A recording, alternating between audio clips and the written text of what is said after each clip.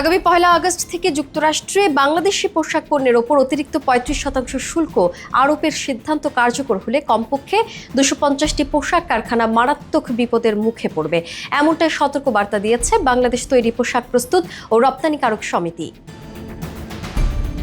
BGME এর তথ্য অনুযায়ী এসব কারখানার 60 থেকে 100% রপ্তানি মার্কিন বাজার নির্ভর। নতুন শুল্ক কার্যকর হলে তাদের ব্যবসা চালিয়ে যাওয়া প্রায় অসম্ভব হয়ে পড়বে। বিজিএমই এর জ্যেষ্ঠ সহসভাপতি ইনামুল হক খান বাবুল বলেন, যেসব রপ্তানিকারক তাদের মোট রপ্তানির 60% বেশি যুক্তরাষ্ট্রে করে তারা সবচেয়ে বেশি ক্ষতির মুখে পড়বেন। তিনি আরও বলেন, ইতোমধ্যে 10% বাড়তি শুল্কের কারণে যুক্তরাষ্ট্রে রপ্তানি করা অনেক কারখানাকে 2 থেকে 5% পর্যন্ত অতিরিক্ত ট্যারিফ বহন করতে হয়েছে।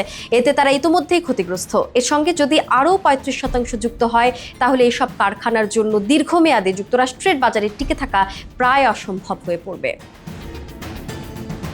বিজিএমই এর সভাপতি বলেন, রাতারাতি এত বড় একটি বাজারের বিকল্প খুঁজে পাওয়া সম্ভব নয়। হয়তো কোনো মতে একটি সিজন রপ্তানি করা যাবে, তারপর আর সে বাজারে থাকা সম্ভব হবে না। কারখানা বন্ধ করা ছাড়া গতি থাকবে না। হামিম গ্রুপের পরিচালক একে আজাদ বলেন, আমি এক মার্কিন ক্রেতার কাছে বছরে $80 মিলিয়ন পণ্য পাঠাই, লাভ থাকে মাত্র $1.37 মিলিয়ন। এখন যদি 35% অতিরিক্ত শুল্কের একটি অংশ আমাকে বহন করতে হয় তাহলে আমি কিভাবে সেটা সামলাবো? তিনি আরও বলেন, যুক্তরাষ্ট্র থেকে হতাশার বার্তা আসছে।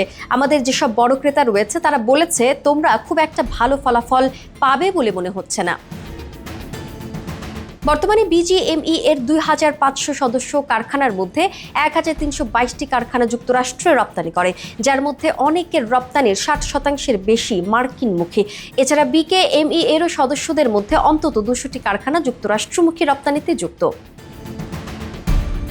এদিকে যুক্তরাষ্ট্রের সঙ্গে ট্যারিফ সংক্রান্ত ইস্যুতে আলোচনার জন্য বাংলাদেশের একটি সরকারি প্রতিনিধি দল যুক্তরাষ্ট্রে রওনা হতে পারেন বলে জানা গেছে। তবে ওই প্রতিনিধি দলে পোশাক খাতের কোনো বেসরকারি প্রতিনিধি থাকছে না।